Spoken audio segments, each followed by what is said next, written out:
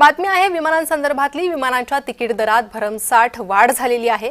मुंबई ते पुणे प्रवासासाठी तब्बल 1 लाख रुपये तिकीट झाले। मुंबई ते नागपूर प्रवासासाठी 39,000 रुपयांचा तिकीट दर आकारण्यात येतोय। इंडिगोच्या ढिसाळ कारभाराचा नाहक फटका प्रवाशांना बसतोय। तर उद्यापासून सुरू होणाऱ्या विधिमंडळाच्या नागपुरातील हिवाळी अधिवेशनालाही फटका बसण्याची शक्यता आहे। मुंबई ते नागपूर आणि पुणे ते नागपूर या महत्त्वाच्या मार्गावर उड्डाणे वारंवार रद्द होत असल्याने आणि तासनतास होत असलेल्या विलंबामुळे प्रवाशांसोबत आता मंत्री, आमदार, अधिकारी यांना सुद्धा परिणाम जाणवतोय। अधिवेशनासाठी उपराजधानी आज पोहोचणं आवश्यक होतं। त्या अनुषंगाने या 2 दिवसात अनेक मंत्री आणि आमदार नागपुरात दाखल होण्याचं नियोजन होतं। मात्र मुंबई आणि पुण्याहून येणारी विमानं ऐनवेळी रद्द झाल्याने त्याचा फटका मंत्री, आमदार, अधिकाऱ्यांना सुद्धा बसू लागलेला आहे। पुन्हा एकदा याच संदर्भात जाणार आहोत आमचे प्रतिनिधी तेजस मोहतुरे यांच्याकडे।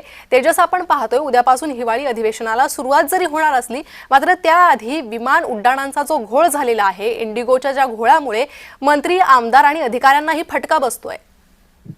नक्कीच आपण जर बघितलं असेल तर उद्यापासून जे आहे ते हिवाळी अधिवेशन सुरू होणार आणि यासाठी जे आहे ते उपराजधानी सज्ज आहे। अशातच जर बघितलं असेल तर ज्याप्रमाणे इंडिगो विमानाचे जे मागील 3 ते 4 दिवसापासून ज्या प्रकारे पायलटच्या हवाला देत ज्या प्रकारे विमानं जे आहेत ते रद्द झालेले आहेत, याच्यात फटका आता प्रवाशांसोबत जे आहे ते आमदार असतील किंवा मंत्र्यांना सुद्धा बसतात।